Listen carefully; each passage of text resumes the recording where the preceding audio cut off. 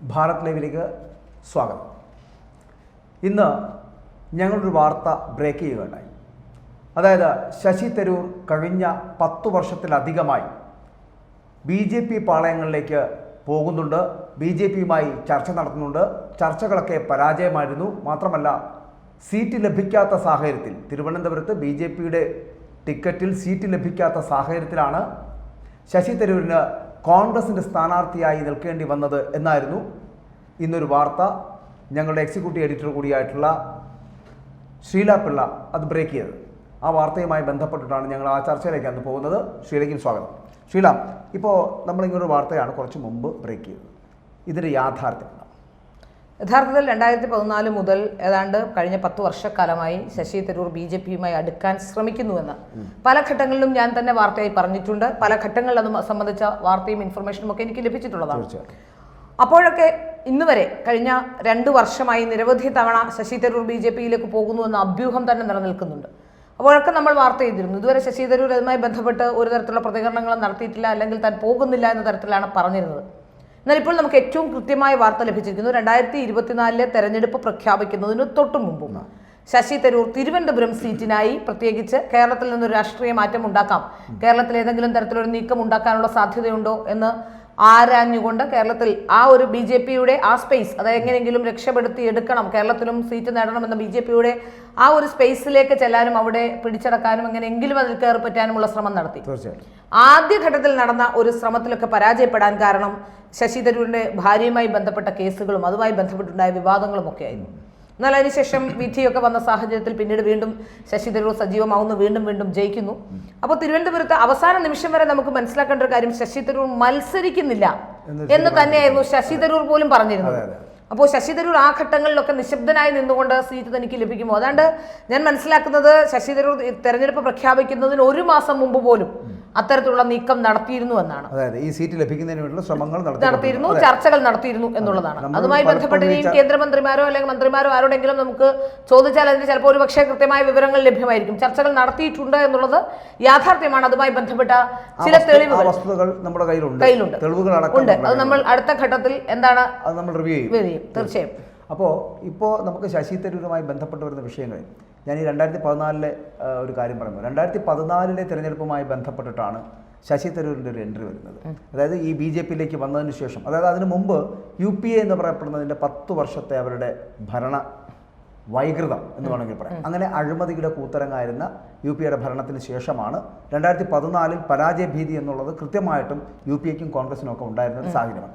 അതുകൊണ്ടാണ് അധികാര കൊതിയൻ എന്ന് തോന്നുന്ന തരത്തിലേക്ക് ശശി തരൂരിനെ നമുക്ക് വേണമെങ്കിൽ അവിടെ പറയേണ്ടി വരുന്ന ഒരു സാഹചര്യം ഉണ്ടാകും. അതുകൊണ്ടാണോ, അതായത് ഇനി 2014 മുതൽ ഇവിടെ ഭരിക്കാൻ പോകുന്നത്, അല്ലെങ്കിൽ മുമ്പ് 2014 ഭരിക്കാൻ പോകുന്നത് BJP ആണ് എന്നൊരു തോന്നൽ അതുണ്ടായ സാഹചര്യത്തിലാണോ അങ്ങനെ ഒരു സമീപനം സ്വീകരിച്ചതെന്നാണോ ശ്രീല പറയാൻ ഉദ്ദേശിക്കുന്നത്? അങ്ങനെ അതിൽ നിന്നാണോ ഇങ്ങനൊരു ചർച്ചകൾക്ക് തുടക്കമാകുന്നത്? തീർച്ചയായും ശശി തരൂരിനെ സംബന്ധിച്ച് നോക്കുകയാണെങ്കിൽ ശശി തരൂരിന് കുറച്ചൊക്കെ രാഷ്ട്രീയം കുറച്ചുകൂടി ദീർഘദൃഷ്ടിയോടെ നോക്കിക്കാണാൻ കഴിയുന്ന ഒരാളാണ്. മോദി ഗുജറാത്തിനെ എങ്ങനെ ആക്കി എന്നുള്ളത് വളരെ കൃത്യമായി ശശി തരൂരിന് അറിയാം. അപ്പോൾ അത് കേന്ദ്രത്തിന്റെ ഭാഗത്തേക്ക് വരികയാണെങ്കിൽ, കേന്ദ്ര സർക്കാർ BJPയുടെ കയ്യിലേക്ക് വരുമ്പോൾ തന്നെ ശശി തരൂരിന് ഏകദേശം ഒരു ധാരണയുണ്ടായിരുന്നു, ഇത് ഇനി കോൺഗ്രസിന് മുന്നിൽ കോൺഗ്രസിനൊരു മുമ്പോട്ട് പോക്കില്ല എന്ന്. ഏതാണ്ട് കോൺഗ്രസ് തകർന്നടിഞ്ഞൊരു അവസ്ഥയിൽ തന്നെയാണ് നിലവിലുള്ളത്. നയിക്കാൻ പോലും ആരുമില്ലാത്ത അവസ്ഥ. ഇനി കോൺഗ്രസിനെ നയിക്കാൻ പറ്റുമോ എന്നൊരു ഘട്ടത്തിൽ, കാരണം BJPയുമായുള്ള ചർച്ചകളൊക്കെ പരാജയപ്പെടുമ്പോൾ കോൺഗ്രസിന് AICC നേതൃത്വത്തിലേക്ക് വരാം എന്നൊക്കെയും തരൂർ ഒരു വ്യാജ അപ്രതീക്ഷ ഉണ്ടായിരുന്നു. അതിന്റെ ഫലമായിട്ടായിരിക്കണം തരൂർ മത്സരിക്കുക പോലും ചെയ്തത്. പക്ഷെ തരൂർ വിചാരിക്കുന്നത്, തരൂരിന്റെ ഈ വിശ്വപൗരൻ ഇമേജ്, അതായാലും 5 വർഷം കഴിഞ്ഞു, ഇനിയിപ്പോൾ അടുത്ത കാലത്തൊന്നും BJP അധികാരത്തിൽ നിന്ന് പുറത്തു പോകില്ല, കൂടാതെ കോൺഗ്രസ് അധികാരത്തിൽ വരാനുള്ള സാധ്യതയില്ല. അപ്പോൾ ഈ വിശ്വപൗരൻ എന്ന് പറയുന്ന ഇമേജ് അദ്ദേഹത്തിന് മന്ത്രിസ്ഥാനം കിട്ടാൻ കൂടുതൽ ഗുണകരമാകും, ഒരു ആഡഡ് അഡ്വാൻറ്റേജ് എന്ന രീതിയിൽ അദ്ദേഹത്തിന് ഒരു പ്രിവിലേജ് ആയി കിട്ടും എന്നൊരു ധാരണ ഒരുപക്ഷെ ഉണ്ട്. കോൺഗ്രസിൽ സത്യം പറഞ്ഞാൽ ശശി തരൂരിനെ എല്ലാവരും തഴഞ്ഞിട്ടിരിക്കുകയാണെന്നുള്ളത് യാഥാർത്ഥ്യവുമാണ്. അപ്പോൾ ഈ 2 യാഥാർത്ഥ്യങ്ങളായിരിക്കാം ഒരു പക്ഷേ ശശി തരൂരിന് ഇനിയുള്ള കാര്യം. ഇനിയൊരു 5 വർഷം കൂടി കഴിയുമ്പോൾ ശശി തരൂരിനും പ്രായമായി. അടുത്ത 5 വർഷം കഴിയുമ്പോൾ മന്ത്രിയാകുമെന്ന് ചിന്തിക്കാൻ ഉണ്ടാവുകയില്ല. മാത്രമല്ല തിരുവനന്തപുരത്ത് വന്നാൽ ശശി തരൂരിന് കഴിഞ്ഞ 3 വർഷമായി ഉണ്ടായ ഒരു ഇമേജ് ഉണ്ട്. ശശി തരൂർ വെറുതെ നടന്നാലും വോട്ട് ചെയ്യുന്ന കുറേ തിരുവനന്തപുരംകാരുണ്ട്. അതിനെനിക്ക് കാരണം, ഒന്ന്, സ്ത്രീകൾ പലപ്പോഴും പറഞ്ഞു കേൾക്കുന്നുണ്ട്, സ്ത്രീകൾക്ക് ശശി തരൂരിനോട് ഒരു ആരാധനയുണ്ട്. ആ ആരാധന പലപ്പോഴും വോട്ടാവാറുണ്ട്. 2, തീരദേശ പ്രദേശങ്ങളിലെ കോൺഗ്രസിന്റെ വോട്ടുകൾ അത് വളരെ നിർണായകമാണ്. ശശി തരൂർ എന്ത് ചെയ്താലും അങ്ങനെ വോട്ട് ചെയ്യും എന്നൊരു ധാരണയും ശശി തരൂരിനുണ്ട്. കാരണം ശശി തരൂരിന്റെ ഭാര്യയുമായി ബന്ധപ്പെട്ട് വിവാദങ്ങൾ ഉണ്ടായ ശേഷം പോലും നടന്ന തെരഞ്ഞെടുപ്പിൽ ശശി തരൂർ വിജയിച്ചിട്ടുണ്ട്. അത് വളരെ വോട്ട് അന്ന് പക്ഷേ ഒ രാജഗോപാൽ എന്ന സ്ഥാനാർത്ഥിയായിരുന്നു എന്നുള്ള പ്രത്യേകതയുണ്ട്. രാജേട്ടനെ സംബന്ധിച്ച് കേരളത്തിൽ രാജേട്ടൻ ഒരു കുറച്ചുകൂടി ഇമേജ് ഉള്ള ഒരു രാഷ്ട്രീയ നേതാവ് കൂടിയാണ്.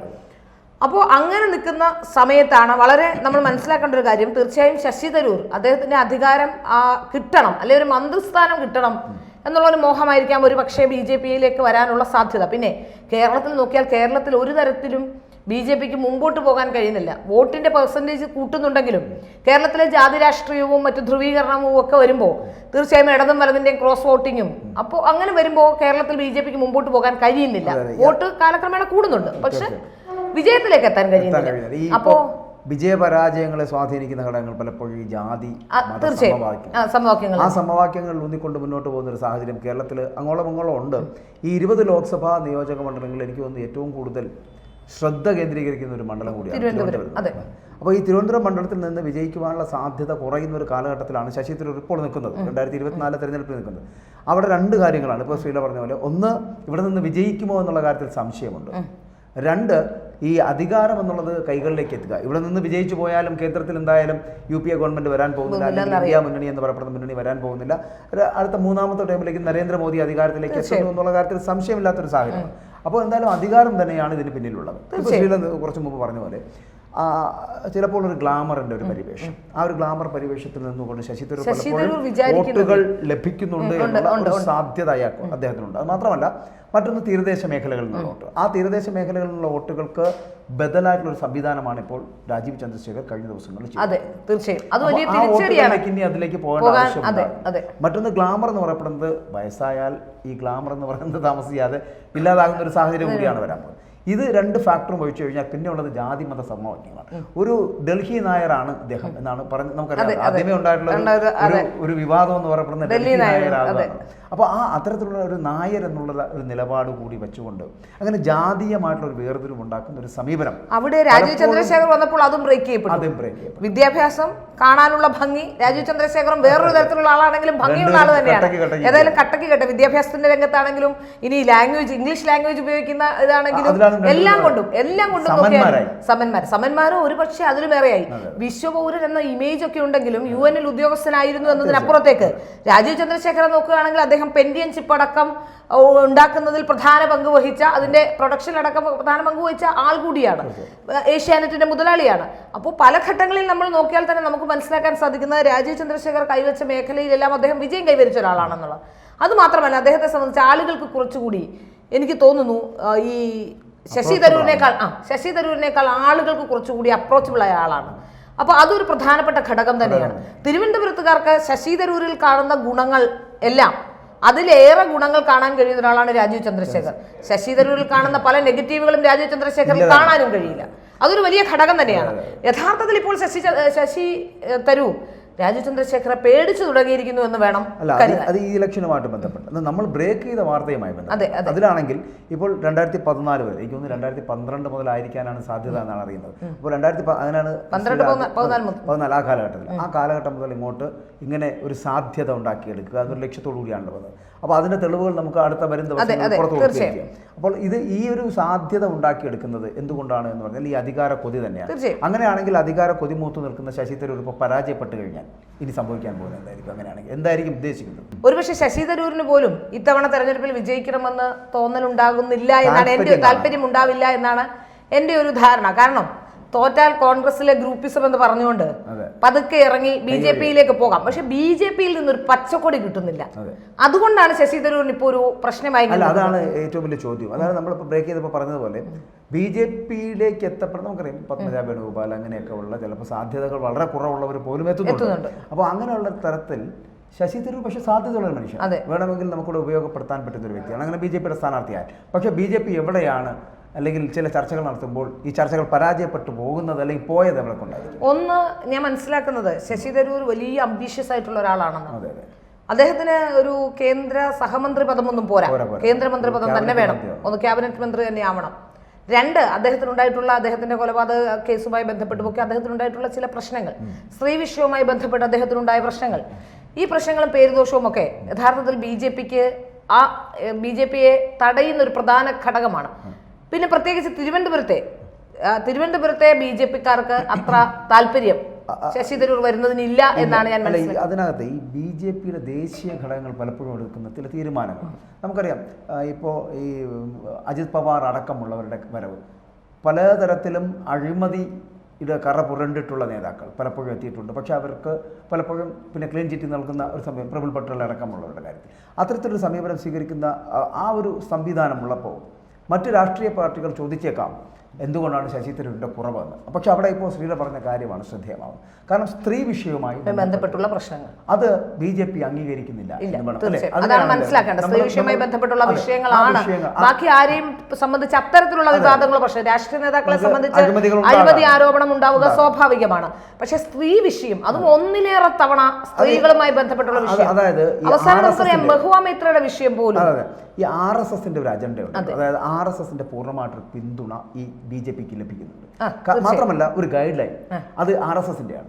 RSS ഒരിക്കലും ഈ സ്ത്രീ വിഷയത്തിൽ ഒരിക്കലും പ്രോത്സാഹിപ്പിക്കുന്നില്ല. അവരുടെ അജണ്ട എന്ന് പറയപ്പെടുന്നത് സ്ത്രീകളെ ബഹുമാനിക്കുക, അവരോടൊപ്പം സഞ്ചരിക്കുക, അല്ലെ, അങ്ങനത്തെ ഒരു രീതിയാണ് കൈകൊള്ളുന്നത്. അപ്പൊ അതുകൊണ്ട് ആ ഒരു കാരണം നമ്മൾ പറയുമ്പോൾ ആ വിഷയം പറയണമല്ലോ.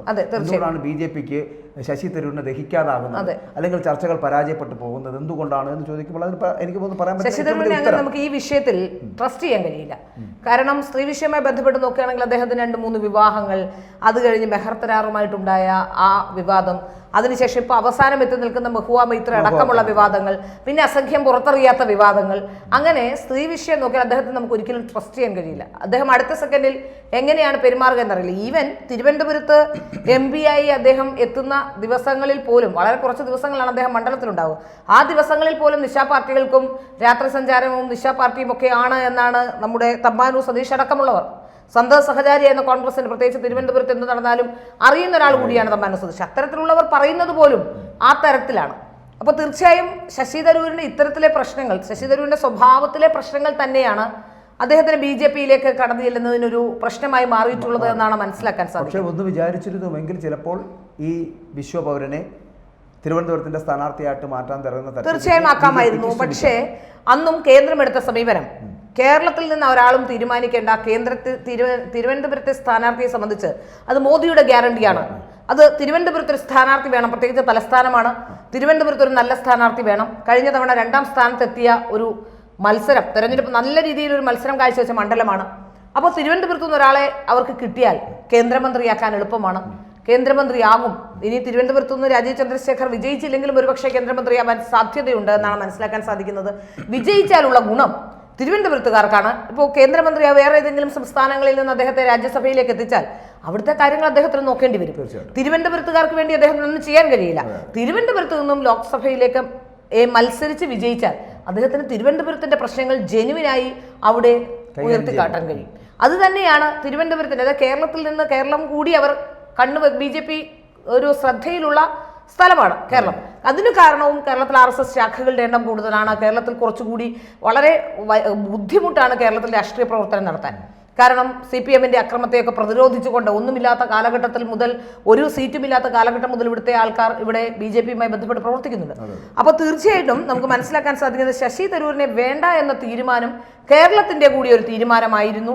ആ തീരുമാനം ഈ ശശി തരൂരിന്റെ സ്ത്രീ വിഷയവുമായി ബന്ധപ്പെട്ടുള്ളത് തന്നെയാണ് എന്നാണ് മനസ്സിലാക്കാൻ സാധിക്കുന്നത്. ഈ ശശി തരൂരിന് ഇപ്പം സ്ത്രീകൾ പറഞ്ഞ പോലെ ശശി തരൂർ അതിന് പകരം ഒരു സ്ഥാനാർത്ഥി, അതായത് ദേശീയ നേതൃത്വം എടുക്കുന്ന ഒരു സ്ഥാനാർത്ഥിയായിരിക്കും ഇവിടെ എത്തിയത് രാജീവ് ചന്ദ്രശേഖറാണ്. ഈ രാജീവ് ചന്ദ്രശേഖർ എന്ന് പറയപ്പെടുന്നതും ശശി തരൂർ എന്ന് പറയുന്നത് 2 വ്യക്തിത്വങ്ങളാണ്, 2 ബിംബങ്ങളായിട്ട് നിർത്താൻ പറ്റുന്നതോ. അതിനകത്ത് പലതരത്തിലുള്ള വ്യത്യാസങ്ങളുണ്ടെങ്കിൽ കൂടി എന്താണ് രാജീവ് ചന്ദ്രശേഖറിൽ കൂടുതലായി നമ്മൾ കാണുന്നത് ശശി തരൂരിനെ? രാജീവ് ചന്ദ്രശേഖറിന്റെ ഏറ്റവും വലിയ പ്രത്യേകത, ജീവിതത്തിൽ ഇന്നോളം പല സ്ഥാപനങ്ങളിൽ ജോലി ചെയ്യുകയും പല പ്രാവശ്യം പൊതുപ്രവർത്തകനായും പാർലമെന്റിലേക്കൊക്കെ എത്തിയ ആളാണ്. പക്ഷെ ഇന്ന് വരെ അദ്ദേഹത്തിന്റെ പേരിൽ ഈ പറയപ്പെടുന്ന ശശി തരൂരിന്റെ കാര്യം പറയുന്ന പോലെ പറയപ്പെടുന്ന ഒരു സ്ത്രീ ആരോപണമോ അത്തരത്തിൽ എന്തെങ്കിലും ഒരു ചീത്തപ്പേരോ അഴിമതി ആരോപണങ്ങളോ ഒന്നും തന്നെയില്ല. പിന്നെ അദ്ദേഹം പല രീതിയിലും അദ്ദേഹം കൈവച്ച മേഖലകളിലെല്ലാം അദ്ദേഹം പ്രശസ്തനായ ആളാണ്. നമുക്കറിയാം BPL മൊബൈലാണെങ്കിലും, പെൻഡിയം ചിപ്പിന്റെ കാര്യത്തിലാണെങ്കിലും, ഏഷ്യാനെറ്റിന്റെ കാര്യത്തിലാണെങ്കിലും എല്ലാ കാര്യത്തിലും അദ്ദേഹം റിപ്പബ്ലിക് TVയുടെ പാർട്ട്ണറായിരുന്നു. ഇങ്ങനെ അദ്ദേഹം കൈവച്ച മേഖലകളിലെല്ലാം അദ്ദേഹം വളരെ പ്രഗത്ഭനായി കൊണ്ടുപോയിക്കൊണ്ടിരുന്ന ഒരാളും കൂടിയാണ്. ആ പ്രാഗൽഭ്യം തെളിയിച്ചിട്ടുള്ള ആളാണ്. അപ്പോൾ അദ്ദേഹത്തെ സംബന്ധിച്ചിടത്തോളം തിരുവനന്തപുരത്തുകാർ നോക്കിയാൽ തിരുവനന്തപുരത്തെ സ്ഥാനാർത്ഥിയായി കഴിഞ്ഞ 15 വർഷമായി തിരുവനന്തപുരത്തെ പ്രതിനിധീകരിക്കുന്ന ശശി തരൂരിനുള്ള എല്ലാ ക്വാളിറ്റികളെക്കാളും ഉപരി അദ്ദേഹത്തിന് സ്വഭാവം ഗുണം കൂടിയുണ്ട്. അത് തന്നെയാണ് BJP അവിടെ കാര്യമായി എടുത്തതും ഇവിടെ സ്ഥാനാർത്ഥിയാക്കാൻ കാര്യപ്രാപ്തിയിലേക്ക് കൊണ്ടുവരാനും ഒക്കെ ശ്രമിച്ചതും അതുകൊണ്ട് തന്നെയാണ്. ശശി തരൂരിനെ മാറ്റി ശശി തരൂർ എന്ന് പറയുന്ന വിശ്വപൗരൻ വേണ്ട, പകരം രാജീവ് ചന്ദ്രശേഖരനെ പോലൊരാൾ ഇവിടെ നിൽക്കട്ടെ. തിരുവനന്തപുരത്തിന് ഒരു പ്രത്യേകതയുണ്ട്. തിരുവനന്തപുരത്ത് 1-2 തവണ മാത്രമാണ് സാധാരണക്കാരായ മത്സരാർത്ഥികൾ ഇവിടെ ജയിച്ചു വന്നിട്ടുള്ളത്. തുടർച്ചയായിട്ടും ജയിച്ചു. തിരുവനന്തപുരത്തിന് ഒരു പാരമ്പര്യം തന്നെ, നല്ല വിദ്യാഭ്യാസമുള്ള അങ്ങനെയുള്ള ആൾക്കാരെ മാത്രം പ്രതിനിധീകരിക്കുന്ന അല്ലെങ്കിൽ അത്തരക്കാരെ മാത്രം ഇഷ്ടപ്പെടുന്ന ഒരു മണ്ഡലമുണ്ട്. ആ മണ്ഡലത്തിന് ചില വ്യത്യാസങ്ങളുണ്ട്. ഇപ്പോ നീല ലോഹിദാസ് നാടാരും അത്തരത്തിലുള്ള 1-2 പേരൊക്കെയാണ് നമ്മൾ ഈ പറയപ്പെടുന്ന കാറ്റഗറിയിൽ പെടാത്ത ചിലരൊക്കെ വന്നിട്ടുള്ളത്. പക്ഷെ ബാക്കിയുള്ളവരെല്ലാം ആ കാറ്റഗറിയിൽ പെടുന്നവർ തന്നെയാണ്. ഇപ്പൊ കൃഷ്ണൻ മേനോൻ അടക്കമുള്ള കാര്യങ്ങൾ നോക്കിയാൽ ഇങ്ങോട്ട് നല്ല വിദ്യാഭ്യാസ വിവരവുമുള്ള ഒരു സംസ്കാരമുള്ള ആൾക്കാരെ പ്രതിദാനം ചെയ്യുന്ന ഒരു സ്ഥലമാണ്. അതിനൊരു മാറ്റം വന്നത് സത്യത്തിൽ ശശി തരൂരിന്റെ കാര്യത്തിലാണെങ്കിൽ കഴിഞ്ഞ 15 വർഷമായി ഇവിടെ ഒരു രാഷ്ട്രീയ മാറ്റം ഉണ്ടായില്ല എന്നുള്ളത്, തുടർച്ചയായ ഒരു വിജയം ഉണ്ടായി എന്നുള്ളത് അത് വളരെ അത്ഭുതപ്പെടുത്തുന്നതാണ്. അപ്പോൾ പലപ്പോഴും നമ്മളിങ്ങനെ സംസാരിക്കുമ്പോൾ എല്ലാവരും പറഞ്ഞത് ഇവിടുത്തെ സ്ത്രീകളെല്ലാം ശശി തരൂർ വോട്ട് ചെയ്യുന്നുണ്ട് എന്നാണ്. യഥാർത്ഥത്തിൽ എനിക്കത് വളരെ നാണക്കേടായി തോന്നി. കാരണം സ്ത്രീകൾ അത്രയ്ക്ക് വിവരമില്ല. കോളേജ് യൂണിയൻ ഇലക്ഷൻ അടച്ചാക്ഷേപിക്കുക, അതായത് പറഞ്ഞത് എനിക്കത് കേൾക്കുമ്പോൾ സ്ത്രീകളൊക്കെ അപ്പൊ രാഷ്ട്രീയ വിവരവും ബോധവും ഇല്ലാതെ ഇത്രയും സ്ത്രീ വിഷയങ്ങളിലൊക്കെ പ്രശ്നത്തിലായിരിക്കുന്ന ഈ തരൂരിന് വോട്ട് ചെയ്യാൻ മാത്രം മണ്ടരാണോ കേരളത്തിലെ സ്ത്രീകൾ, അല്ലെങ്കിൽ തിരുവനന്തപുരത്തെ സ്ത്രീകൾ? നമ്മൾ പറയും വിദ്യാഭ്യാസ വിവരവും ഉള്ളവരാണ് കേരളത്തിൽ എന്നൊക്കെ പറയും. യഥാർത്ഥത്തിൽ നമ്മൾ ആലോചിക്കേണ്ട മറ്റൊരു കാര്യം, ഇങ്ങനെയൊക്കെ പറയുമ്പോൾ നമ്മൾ കേരളത്തിൽ എന്ത് രാഷ്ട്രീയ മാറ്റമാണ് ഉണ്ടാകുന്നത്? എന്തെങ്കിലും തരത്തിലുള്ള രാഷ്ട്രീയ മാറ്റങ്ങൾ ഉണ്ടാകുമ്പോൾ മറ്റെല്ലാ സംസ്ഥാനങ്ങളിലും രാഷ്ട്രീയം മാറുമ്പോൾ, അല്ലെങ്കിൽ അവിടുത്തെ പ്രശ്നങ്ങൾ അവിടെ ഭരണത്തിൽ പ്രതിഫലിക്കുമ്പോൾ, കേന്ദ്ര ഭരണത്തിന്റെ ആ പ്രതിഫലനം ഉണ്ടാകുമ്പോൾ ഒക്കെ കേരളത്തിലെ ജനങ്ങൾക്ക് അങ്ങനെ ഒരു പ്രതികരണമേ ഇല്ല. എന്നിട്ട് നമ്മൾ പറയും നമ്മൾ പ്രബുദ്ധരാണ്, നമ്മൾ വിദ്യാഭ്യാസമുള്ളവരാണ്. കഴിഞ്ഞ 15 വർഷമായി മണ്ഡലത്തിന് വേണ്ടി ഒന്നും ചെയ്യാത്ത ഒരു MP കഴിഞ്ഞ 15 വർഷമായി ഇവിടെ MP ആണ്. തിരുവനന്തപുരത്ത് ഞാൻ ചോദിക്കട്ടെ, തിരുവനന്തപുരത്തെ വിദ്യാഭ്യാസമുള്ളവർക്ക് MP-യുടെ ആവശ്യമുണ്ടാകില്ല. തിരുവനന്തപുരത്തെ വിദ്യാഭ്യാസമുള്ള ജനതയ്ക്കും കാശുള്ള ജനതയ്ക്കും പ്രിവിലേജ്ഡ് ആയിട്ടുള്ളവർക്കും MP-യുടെ ആവശ്യമുണ്ടാവില്ല. പക്ഷെ സാധാരണക്കാരന് MP-യെ വേണം. അപ്പൊ സാധാരണക്കാരന് MP-യെ വേണം. അത് ഭരണവുമായി ബന്ധപ്പെട്ട, കേന്ദ്ര ഭരണവുമായി ബന്ധപ്പെട്ട ആളുമായിരിക്കണം. അത് തന്നെയാണ് ഇത്തവണ നരേന്ദ്രമോദി രാജീവ് ചന്ദ്രശേഖറിലൂടെ കാണിച്ചു കൊടുക്കാൻ ശ്രമിക്കുന്നത്. തീർച്ചയായിട്ടും അത് വേണമെങ്കിൽ അങ്ങനെ വിശ്വസിക്കാം. കാരണം രാജീവ് ചന്ദ്രശേഖർ എന്ന് പറയപ്പെടുന്ന ഒരു വ്യക്തിത്വത്തിന് ഇവിടെ കൊണ്ടുവരിക, സീറ്റ് നൽകുക, എന്നിട്ട് വിജയിപ്പിച്ചെടുക്കുക, കേന്ദ്രത്തിൽ കൊണ്ടുപോയി മന്ത്രിയാക്കുക, ഇതാണ് ലക്ഷ്യമിടുന്നത്. കാരണം ഞാനിത് ഇത്രയും ഇതായിട്ട് പറയാൻ കാരണം, വരുന്ന സർവേകളൊക്കെ വ്യാജമാണോ എന്ന് ചോദിച്ചു കഴിഞ്ഞാൽ നമുക്ക് പറയാൻ കഴിയില്ല. ചില സർവേകൾ വ്യാജമായിരിക്കാം, അല്ലാത്തതും ഉണ്ടായിരിക്കാം. ചിലപ്പോൾ സത്യസന്ധമായിട്ടുള്ള പ്രവർത്തനം നടത്തുന്ന സർവേകളും ഉണ്ടായിരിക്കാം. സർവേകളെ മാറ്റി വയ്ക്കാം. പക്ഷേ ജനം തീരുമാനിച്ചു കഴിഞ്ഞു. ഈ വട്ടവും 2024 ഇന്ത്യ ഭരിക്കേണ്ടത് നരേന്ദ്രമോദി. അങ്ങനെ മോദി ഭരിക്കുന്ന ഒരു രാജ്യത്ത് കോൺഗ്രസിനോ അല്ലെങ്കിൽ CPM-നോ എന്ത് സാധ്യതയാണ്? പലരും ചോദിക്കുന്നുണ്ട്. അങ്ങനെയാണെങ്കിൽ കേരളം ചിന്തിച്ചു തുടങ്ങേണ്ടത്. കേരളത്തിൽ മാത്രം അത്തരത്തിലൊരു രാഷ്ട്രീയ മാറ്റം ഉണ്ടാകുന്നതേയില്ല. ഈ 20 സീറ്റുകളിൽ എവിടെയൊക്കെ ആയിരിക്കും അങ്ങനെ ഒരു രാഷ്ട്രീയ മാറ്റമെങ്കിലും ഉണ്ടാകുവാനുള്ള സാധ്യത എന്ന് നമുക്ക് പറയാൻ കഴിയുക. ഒരു 5 സീറ്റാണ് BJP-യുടെ പ്രതീക്ഷ. തിരുവനന്തപുരത്ത്, തൃശ്ശൂർ, പാലക്കാട് അടക്കമുള്ള പല സീറ്റുകളും ഇപ്പോൾ പല സ്ഥലങ്ങളിലും നല്ല മത്സരമാണ് നടക്കുന്നത്. ഇവിടെ നമുക്ക് പല സ്ഥലങ്ങളിലും BJP-ക്ക് പ്രശ്നമായി മാറുന്നത് ഈ ക്രോസ് വോട്ടിങ്ങും ധ്രുവീകരണവും ഒക്കെയാണ്. അവസാന ഘട്ടത്തിൽ ഉണ്ടാകുന്ന ഒരു ക്രോസ് വോട്ടിംഗ് പാറ്റേൺ ഉണ്ട്. ഇത്തവണ ആ ക്രോസ് വോട്ടിംഗ് നടക്കുമോ എന്നറിയില്ല. കാരണം CPM-നെ സംബന്ധിച്ചിടത്തോളം വലിയ ക്രൈസിസിലാണ്. അത് കഴിഞ്ഞ ദിവസം AK ബാലൻ പറഞ്ഞു കഴിഞ്ഞു. CPM-ന്റെ ഇവിടെ നിന്നും സീറ്റ് കിട്ടിയില്ലെങ്കിൽ CPM-ന്റെ കാര്യം അവതാളത്തിലാകും. അതുകൊണ്ട് ക്രോസ് വോട്ടിംഗ് ചെയ്താൽ ഇപ്രാവശ്യം നഷ്ടമുണ്ടാവുക CPM-നാണ്. കോൺഗ്രസിനും ഏതാണ്ട് അവസ്ഥ അതേ തന്നെയാണ്. കാരണം 40 സീറ്റെങ്കിലും അവിടെ എത്തിക്കണമെങ്കിൽ ഇവിടെ നിന്നുള്ള 19 സീറ്റാണ് അല്ല, ഈ ക്രോസ് വോട്ടിംഗ് CPM-ന് വന്നാലും വന്നില്ലെങ്കിലും ദോഷം തന്നെ. അതെ, കാരണം ഈ 3 സംസ്ഥാനങ്ങളിൽ നിന്ന് 11 സീറ്റെങ്കിലും ലഭിച്ചില്ല, ദേശീയ പദവി സംശയം. അപ്പൊ അതുകൊണ്ട് ഇവിടെ ക്രോസ് വോട്ട് ചെയ്യുക അല്ലെങ്കിൽ ഇവരെ വിജയിപ്പിക്കുക എന്നുള്ളത് കേരളത്തിലെ പ്രബുദ്ധരായിട്ടുള്ള മലയാളികൾ ചെയ്യുന്ന തെറ്റായി പോകില്ലേ? തീർച്ചയായും. ഞാൻ കഴിഞ്ഞ ദിവസം എന്നോട് ഒരാൾ പറഞ്ഞു ശശി തരൂർ വിജയിക്കും. ഞാൻ ചോദിച്ചു ഈ ആത്മവിശ്വാസത്തിന് കാരണം എന്താണെന്ന് ചോദിച്ചപ്പോൾ പറഞ്ഞത് അത് CPM-കാർ വിജയിപ്പിച്ചോളുമെന്നാണ്. അതായത് CPI-യുടെ സ്ഥാനാർത്ഥിയെ പന്യന് CPM-കാർ വോട്ട് ചെയ്യില്ല എന്ന് അവർ തന്നെ പറയാതെ പറയുകയാണ്. അത് CPM-മായി ബന്ധപ്പെട്ട് പ്രവർത്തിക്കുന്ന ഒരാളാണ് പറയുന്നത്. അല്ലല്ല, അതിന് ചില കാര്യങ്ങൾ കൂടിയുണ്ട്. അതായത് ഈ ശശി തരൂർ എങ്ങനെ ജയിക്കുമെന്ന് ചോദിച്ചാൽ, ശശി തരൂരിനെ പരാജയപ്പെടുത്താൻ പോകുന്ന കോൺഗ്രസ്സുകാരാണ് ശശി തരൂരിനെ പരാജയപ്പെടുത്താൻ നിൽക്കുന്നത്. കാരണം ശശി തരൂർ എന്ന് പറയപ്പെടുന്ന ആ ഒരു ഇമേജോടുകൂടി ഇനി ഒരിക്കലും ശശി തരൂർ ഇങ്ങനെ MP ആയിട്ടോ അല്ലെങ്കിൽ ദേശീയ ശ്രദ്ധ ആകർഷിക്കുന്ന തരത്തിലുള്ള ഒരു കോൺഗ്രസ്സുകാരനോട്ടോ നിൽക്കാൻ ഇവിടുത്തെ വി ഡി സതീശനോ കെ സുധാകരനോ രമേശ് ചെന്നിത്തലയോ അടക്കമുള്ള നേതാക്കൾ അവർ ആഗ്രഹിക്കുന്നതേ ഇല്ല. അങ്ങനെ വരുമ്പോൾ ശശി തരൂരിനെ പരാജയപ്പെടുത്തുക. രണ്ടാമതൊന്ന്, ശശി തരൂരിനെ പരാജയപ്പെടുത്തി കൊണ്ടുവരുമ്പോൾ അടുത്ത സാധ്യത എന്ന് പറയപ്പെടുന്നത് കോൺഗ്രസിനാണ് എന്ന് CPM വിശ്വസിക്കുന്നു. അതുകൊണ്ട് തന്നെയാണ് CPM എന്ന് വെച്ചാൽ, കാരണം 7 നിയോജക മണ്ഡലങ്ങളിൽ ഭൂരിപക്ഷം നേടിയാണ് ഒരു ലോക്സഭാ സീറ്റ് ഉണ്ടാകുന്നത്. ആ സീറ്റുകളെല്ലാം ഈ UDF കരസ്ഥമാക്കുകയാണെങ്കിൽ അടുത്ത തിരഞ്ഞെടുപ്പിൽ സംഭവിക്കാൻ പോകുന്നത് ഈ സീറ്റുകളൊക്കെ നിയമസഭാ തിരഞ്ഞെടുപ്പിൽ UDFന് കിട്ടുന്ന ഒരു സാഹചര്യം ഉണ്ടായാൽ സ്വാഭാവികമായിട്ടും സംഭവിക്കാൻ പോകുന്നത് കോൺഗ്രസ് എത്തുമെന്നുള്ളതാണ്. അപ്പോൾ കോൺഗ്രസിൻ്റെ വരവിനെ തടയുക എന്നൊരു ലക്ഷ്യത്തോടു കൂടിയാണ് CPM ഇവരെ കൊണ്ട് ഈ ക്രോസ് വോട്ട് ചെയ്യിപ്പിക്കുക എന്നൊരു തരത്തിലേക്ക് എത്തുന്നത് നമുക്ക് വിശ്വസിക്കേണ്ടി വരും. അപ്പോൾ അങ്ങനെയാണെങ്കിൽ ശശി തരൂർ ജയിക്കുവാനുള്ള സാധ്യതയാണ് ഈ വളരെ വലിയ ആത്മവിശ്വാസമായി അവർ മുന്നോട്ട് വെക്കുന്നത്. പക്ഷേ അതിനകത്ത് നമ്മൾ ഈ പറയുന്ന പോലെ വലിയ വ്യത്യാസം കാണുന്നുണ്ട്. നഗരപ്രദേശങ്ങളിലും സ്കൂൾ കുട്ടികളുടെ ഇടയിലും കോളേജിലെ കുട്ടികളുടെ ഇടയിലും എഡ്യൂക്കേഷൻ, അതുപോലെ IT മേഖലകളിൽ, അങ്ങനെ ഇപ്പോൾ പൊഴിയൂരടക്കമുള്ള മേഖലകളിൽ ഞാൻ കഴിഞ്ഞ ദിവസം ഞാൻ ഓട്ടോയിലൊക്കെ പോകുമ്പോൾ ആരോടെങ്കിലുമൊക്കെ സംസാരിക്കും, കാരണം പൾസ് അറിയുന്നതിന് വേണ്ടി.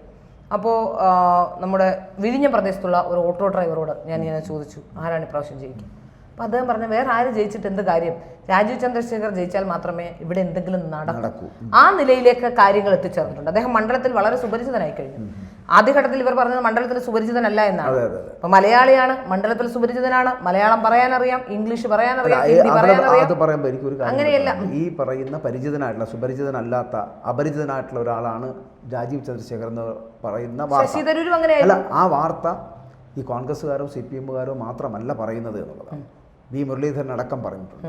ആ കാര്യവും നമ്മൾ ഇതിനകത്ത് പറയേണ്ടതുണ്ട്. എന്തുകൊണ്ടാണ് ഇങ്ങനെ വി മുരളീധരൻ പോലും ഈ രാജീവ് ചന്ദ്രശേഖരനെ കുറിച്ച് അങ്ങനൊരു ഒരു പക്ഷേ ആദ്യഘട്ടത്തിൽ നമുക്കിപ്പോൾ നമ്മൾ അണ്ടർ എസ്റ്റിമേറ്റ് ചെയ്യുമല്ലോ, ഒരാൾ വരുമ്പോൾ അയാൾക്ക് ആ മണ്ഡലത്തിൽ എത്ര സുപരിചിതനാകാൻ കഴിയുമോ എന്നൊരു ചിന്ത ഒരു പക്ഷേ തിരുവനന്തപുരത്ത് ആദ്യഘട്ടത്തിൽ രാജീവ് ചന്ദ്രശേഖർ വന്നിറങ്ങുമ്പോൾ എനിക്കും ഉണ്ടായിരുന്നു ആ ആശങ്ക. ഞാൻ ഇങ്ങനെ ആലോചിച്ചു, കഴിഞ്ഞ 15 വർഷമായി ഇദ്ദേഹം ഫിറ്റ് ആകുമോ, ഇവിടെ ഫിറ്റ് ആകുമോ എന്നുള്ള കാര്യം. അദ്ദേഹം ബാക്കിയെല്ലായിടത്തും ഇപ്പം ഇവിടെ ഫിറ്റ് ആകുമോ എന്ന് ചോദിച്ചാൽ അദ്ദേഹം ഇവിടെ നിന്ന് ബാംഗ്ലൂരിൽ പോയി ബാംഗ്ലൂരിൽ നിന്ന് MP ആയ ആളാണ്. അദ്ദേഹം അവിടെ ബിസിനസ് നടത്തി സക്സസ്ഫുൾ ആയ ബിസിനസ് മാൻ ആണ്. അപ്പോൾ മാത്രമല്ല രാജ്യസഭയിൽ വളരെ സ്തുത്യർഹമായ രീതിയിൽ രാജ്യസഭയിൽ MP ആയി പ്രവർത്തിച്ചിരുന്ന ആളാണ്. അപ്പോൾ ആദ്യഘട്ടത്തിൽ എനിക്ക് പോലും ആ സംശയം ഉണ്ടായി. തിരുവനന്തപുരത്തിന്റെ പൾസ് ഒരാളെ പെട്ടെന്ന് ഇലക്ഷൻ പ്രഖ്യാപിച്ചു കഴിഞ്ഞു, അല്ലെങ്കിൽ പെട്ടെന്നോ ഇവിടെ മണ്ഡലത്തിലേക്ക് വരുമ്പോൾ അത്തരത്തിൽ പ്രവർത്തിക്കാനാകുമോ എന്നൊരു, പക്ഷെ സ്വീകാര്യത കിട്ടുമോ എന്നും. പക്ഷേ രാജീവ് ചന്ദ്രശേഖറിനെ മണ്ഡലം ഒന്നാകെ ഏറ്റെടുത്ത് കഴിഞ്ഞ കാഴ്ച നമ്മൾ കാണുന്നു. അത് ശശി തരൂരിനോടുള്ള കഴിഞ്ഞ 15 വർഷത്തെ ശശി തരൂർ ഈ മണ്ഡലത്തിന് വേണ്ടി ഒന്നും ചെയ്തിട്ടില്ല എന്നുള്ള ആ ഒരു കൃത്യമായ അതെ ആ വിരുദ്ധ വികാരം തന്നെയാണ്. അതായത് ശശി തരൂരിനെതിരെയുള്ള വികാരം തന്നെയാണ് ഇവിടുത്തെ ജനങ്ങൾ ഇപ്പോൾ രാജീവ് ചന്ദ്രശേഖറിന് നൽകുന്നത്. രാജീവ് ചന്ദ്രശേഖർ ഈ ഇറങ്ങി തെരഞ്ഞെടുപ്പ് പ്രചാരണ പരിപാടികളുമായി മുന്നോട്ട് പോകുന്ന സമയത്ത് തന്നെ പല പ്രവർത്തനങ്ങളിലും ഏർപ്പെടുന്നുണ്ട്. കുടിവെള്ളം കിട്ടാത്തവർക്ക് കുടിവെള്ളത്തിന്റെ പദ്ധതികളുമായി, വീട് കിട്ടാത്തവർക്ക് മാത്രമല്ല പലയിടങ്ങളിലും ഇപ്പൊ തീരദേശ പ്രദേശങ്ങളിൽ അവിടുത്തെ പ്രശ്നങ്ങളിൽ ഇടപെടുന്നു. ഇങ്ങനെ പല പ്രശ്നങ്ങളിലും പെട്ടെന്ന് ഇടപെടുകയും അത് ജനങ്ങളിൽ ഒരു സ്വീകാര്യത ഉണ്ടാക്കുന്നതിലേക്ക് അതും ഒരു തീർച്ചയായിട്ടും. അപ്പം നമ്മൾ കരുതി വെച്ചിരുന്ന ശശി തരൂരിന്റെ ചില സാധ്യതകൾ ഉണ്ടായിരുന്നു. അതായത് ഇപ്പോൾ എല്ലാവരും അങ്ങനെ കണ്ണടച്ച് വിശ്വസിച്ചു തിരുവനന്തപുരത്തെ ജനതയല്ല ശശി തരൂരിനെ ജയിപ്പിക്കും. എനിക്ക് തോന്നുന്നു ആ ഓവർ കോൺഫിഡൻസ് ശശി തരൂരിനും ഉണ്ടായിരുന്നു. അതുകൊണ്ടാണ് തെരഞ്ഞെടുപ്പിൽ പിന്നാക്കം പോകുന്ന ഒരു അവസ്ഥയിൽ പിന്നാക്കം പോകുന്നു. അത് മറ്റൊന്നും കൊണ്ടാവില്ല. ഒരു പക്ഷേ കോൺഗ്രസിന് പോലും ശശി തരൂരിനെ ഇപ്പോൾ മടുത്തു തുടങ്ങിയിരിക്കുന്നു. 1. 2, ശശി തരൂർ തോൽക്കണമെന്ന് ആഗ്രഹിക്കുന്ന കോൺഗ്രസ്സുകാർ ഇവിടെ. പിന്നെ ശശി തരൂരിനെ സംബന്ധിച്ചിടത്തോളം സാധാരണക്കാർക്ക് അപ്രാപ്യരായ ഒരാളാണ് ശശി തരൂർ. സാധാരണക്കാർക്ക് ഓഫീസിൽ പോലും പോകാൻ കഴിയില്ല. ശശി തരൂരിന് ഒരു ഗുണ്ടാ സെറ്റപ്പ് പോലെ കുറച്ച് ആളുകൾ, ഒരു ഗ്യാങ് ശശി തരൂരിൻ്റെ ഒപ്പം ഉണ്ടെന്നാണ് മനസ്സിലാക്കാൻ സാധിക്കുന്നത്. അവരാണ് ശശി തരൂരിനെ നിയന്ത്രിക്കുന്നത്. അങ്ങനെ നിരവധി വിഷയങ്ങൾ ഉള്ളതുകൊണ്ട് തന്നെ കോൺഗ്രസ് പറയുന്ന കോൺഗ്രസിന് പൈസ ഇല്ല, അതുകൊണ്ട് പ്രവർത്തിക്കാൻ കഴിയില്ല എന്നുള്ളതാണ്. ഇപ്പോൾ BJPയെ സംബന്ധിച്ചിടത്തോളം പൈസ ഇല്ലെങ്കിലും പ്രവർത്തിക്കുന്ന ഒരു സംഘടനയാണ്. കാരണം RSS എന്ന് പറയുന്ന കേഡർ സംവിധാനം ഉള്ളതുകൊണ്ട് തന്നെ ഒരു പൈസയും കൊടുക്കാതെ ചിലപ്പോൾ ഒരു പ്രവർത്തകരും എനിക്ക് തോന്നുന്നില്ല ദിവസവും മറ്റെല്ലാ പാർട്ടിയിലെയും പോലെ പൈസ വാങ്ങിയിട്ടാണ് പ്രവർത്തിക്കുന്നത്. അതെനിക്കൊന്ന് CPMലും അങ്ങനെ ആയില്ലായിരിക്കുമെന്നാണ് തോന്നുന്നത്. അപ്പോൾ അങ്ങനെയുള്ള എങ്കിൽ പോലും ഡെഡിക്കേറ്റഡ് ആയിട്ടുള്ള പ്രവർത്തകർ, ഇപ്പോൾ നമുക്കറിയാം ഈ പ്രളയം നടന്ന സമയത്ത് നമുക്കറിയാം ഏറ്റവും ഭംഗിയായി സേവനമനുഷ്ഠിച്ചത് സേവാഭാരതിയാണ്. എന്തൊക്കെ പറഞ്ഞാലും സർക്കാരിന് ഒരു മെഷീനറി അല്ല, ആ കാര്യത്തിൽ ഒരു സംശയമില്ല. അപ്പോൾ അങ്ങനെ പ്രവർത്തിക്കുന്ന ഒരു എണ്ണയിട്ട യന്ത്രം പോലെ പ്രവർത്തിക്കുന്ന ഒരു കൂട്ടം പ്രവർത്തകർ BJPക്കുണ്ട്. ആ പ്രവർത്തകർ BJPയുടെ ഏതാളായാലും അത് കേന്ദ്രം ആര് എന്ന് പറഞ്ഞാലും അവിടെ ഇറങ്ങി പ്രവർത്തിക്കുക പതിവാണ്. അല്ലാതെ ആരെങ്കിലും അത്തരത്തിൽ കാലുവാരാനോ അല്ലെങ്കിൽ എന്തെങ്കിലും ശ്രമിച്ചിട്ടുണ്ടെങ്കിൽ അവരെ കൃത്യമായി തന്നെ കേന്ദ്രം വിലയിരുത്തുന്നുണ്ട്. അതിന് നിരീക്ഷകരെ അടക്കം ഓരോ സ്ഥലത്തും അവിടെ എന്താണ് നടക്കുന്നതെന്ന് അറിയാൻ പല തരത്തിലുള്ള നിരീക്ഷകരെ ഇവരാരും ചിലപ്പോൾ ഒരുപക്ഷെ ഉദ്ദേശിക്കുന്നവരുമുണ്ട്, പ്രതീക്ഷിക്കാത്ത നിരീക്ഷകരെ അവർ വെച്ചിട്ടുണ്ട്. അങ്ങനെയുള്ളവർ തീർച്ചയായും അത് അവിടെ എത്തിക്കുകയും ചെയ്യും. കേഡർ സംവിധാനം ഉള്ളതുകൊണ്ട് തന്നെ അതിന് കൃത്യമായൊരു കാര്യം അവർ കൃത്യമായ ഒരു നിലപാടിലേക്ക് അവർ പോവുകയും ചെയ്യും. ആ കാര്യത്തിലൊരു സംശയമില്ല. തീർച്ചയായിട്ടും നമ്മൾ ഇന്നിപ്പോൾ പുറത്തുവിട്ട ഈ വാർത്തയുമായി ബന്ധപ്പെട്ടുള്ള അവസാന ചോദ്യം ഞാൻ പറയുന്നത്. അപ്പോൾ ആ ഒരു വാർത്ത ഇപ്പോൾ നമ്മൾ പുറത്തുവിടുമ്പോൾ അതിൻ്റെ ഒരു സത്യസന്ധതയെക്കുറിച്ച് സുതാര്യതയെക്കുറിച്ച് ഒക്കെ പല പ്രേക്ഷകർക്കും അല്ലെങ്കിൽ കാണുന്ന രാഷ്ട്രീയ നിരീക്ഷകർക്കും ചിലപ്പോൾ ശശി തരൂരിന് പോലും ചില സംശയങ്ങൾ ഉണ്ടായേക്കാം. ആ സംശയങ്ങൾ നമുക്ക് എങ്ങനെയായിരിക്കും നിവർത്തി കൊടുക്കാൻ? ഏതായാലും ശശി തരൂരിന്റെ വിഷയത്തിൽ ഒരു സംശയം ഉണ്ടാവില്ല. കാരണം ശശി തരൂർ പോയിട്ടുണ്ട് എന്നുള്ളത് സത്യമാണ്. അല്ലെങ്കിൽ ശശി തരൂർ പറയട്ടെ ഞാൻ പോയിട്ടില്ല എന്ന് വളരെ ആർജവത്തോടെ ശശി തരൂർ നിഷേധിക്കട്ടെ.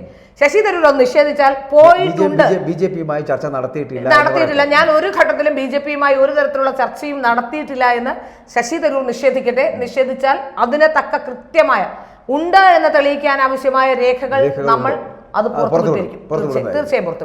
അതാണ് നമ്മളെ ഇതിന്റെ സുതാര്യത. തീർച്ചയായും അതാണ് ഇതുവരെ നമ്മൾ പറഞ്ഞ ഒരു വാർത്തയിലും നമ്മൾ ഇന്ന് വരെ പറഞ്ഞിട്ടുള്ള വാർത്തകളിലൊന്നും ഇന്നല്ലെങ്കിൽ നാളെ ഇത് സംഭവിച്ചിട്ടുണ്ട്. ഭാരത് ലൈവിന്റെ ഒരു വിശ്വാസ്യത ഇത് തന്നെയാണ്.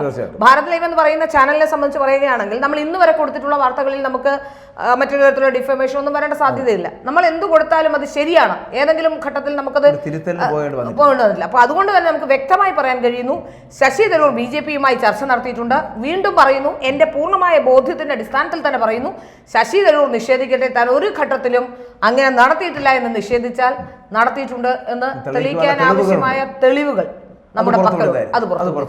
എന്തായാലും ഈ കാര്യത്തിൽ വലിയൊരു തീരുമാനം ഉണ്ടാകും. അല്ലെങ്കിൽ ഈ വാർത്ത മറ്റ് മാധ്യമങ്ങൾ അടക്കം ഏറ്റെടുക്കുവാനുള്ള സാധ്യതയും നാളെ മുതലെങ്കിലും ഉണ്ടാകുമെന്നുള്ള കാര്യത്തിലും സംശയം യാതൊരു സംശയമില്ല. കാരണം അത് ശശി തരൂർ പോയിട്ടുണ്ട് എന്നുള്ളത് സത്യമാണ്. ഈ തെരഞ്ഞെടുപ്പിന് മുമ്പും പോയിട്ടുണ്ട്, 2024 മുമ്പും പോയിട്ടുണ്ട്. എന്തായാലും നമുക്ക് ഈ ഒരു ഘട്ടത്തിൽ ഈ ഒരു പരിപാടി നമുക്കിവിടെ അവസാനിപ്പിക്കാം. കാരണം ഇതിന്റെ ബാക്കി ഘട്ടങ്ങളുണ്ട്. അതായത് ഈ തെരഞ്ഞെടുപ്പുമായി ബന്ധപ്പെട്ട് വരുന്ന വിഷയങ്ങൾ മാത്രമല്ല, ഈ വിഷയം ഇപ്പോൾ നമ്മൾ പറഞ്ഞ ശശി തരൂരുമായി ബന്ധപ്പെട്ട് വരുന്ന വിഷയങ്ങൾ ഒക്കെ ചിലപ്പോൾ നാളത്തെ ഒരു ദിവസം കൊണ്ട് ചില മാറ്റങ്ങൾ ഉണ്ടായേക്കാം. അത്തരത്തിലുള്ള മാറ്റങ്ങൾ ഉണ്ടാകുമ്പോൾ വീണ്ടും ഞങ്ങൾ ചില വാർത്തകളും ഒപ്പം തന്നെ അതിന്റെ വിശകലനങ്ങളും ഒപ്പം തന്നെ വിശേഷങ്ങളുമായി നമ്മൾ തന്നെ ഉണ്ടായിരിക്കും. ശശി തരൂരാണോ രാജീവ് ചന്ദ്രശേഖറാണോ അതോ പന്ന്യൻ രവീന്ദ്രനാണോ തിരുവനന്തപുരത്തിന്റെ സാരഥിയാകാൻ പോകുന്നത് എന്ന് കണ്ടറിയാം. നമസ്കാരം.